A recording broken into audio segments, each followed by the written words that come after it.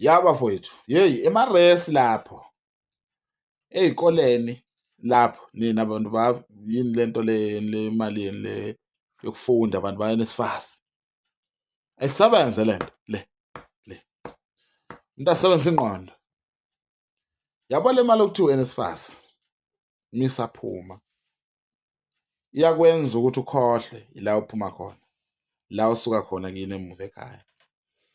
Bese wena ubona ukuthi ushaye lento okuthiwa ama-house party, i-Friday what nani nani o-weekend overnight. Angazi ibizwa ngani lento yena. La kwenzeka khona imikhuba, la enikhipha khona izisu, la enihushula khona, la eniphucana khona amadoda. Ewu, lalelani-ke nginitshele. Uyabona ngizokubekela nje ngento encane, yabo insipho ogeza ngayo, kuzokusiza ukuthi uyibeke. Geze nje kancane vele unemali isikhothane wena, ulala imali, ubhosha imali. Le nsipho uma isingaka, ibeke. Kube nomgodla ohlala phansi kombhede la ulahla khona iy'nsipho zokugeza. Protex, faka khona.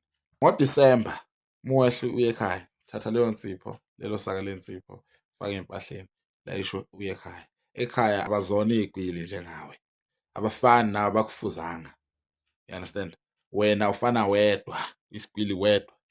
Iloshini oyigcobisayo kuzomele ukuthi uyithathe misiwafu nje izophela, angivele unemali awuna stress. Misiwafu kanje uyiyeke, nenye kanjalo kanjalo.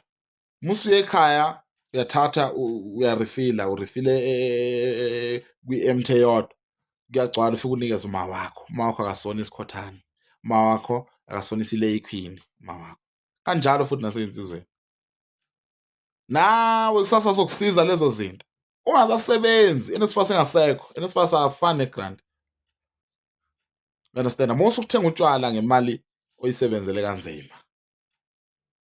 Uyayizwa leyo nto? Musa ukuthenga utshwala ngemali oyisebenzele kanzima. Thenga utshwala ngemali mhlambe nje angazi oyithathephi, hhayi uyisebenzele kanzima.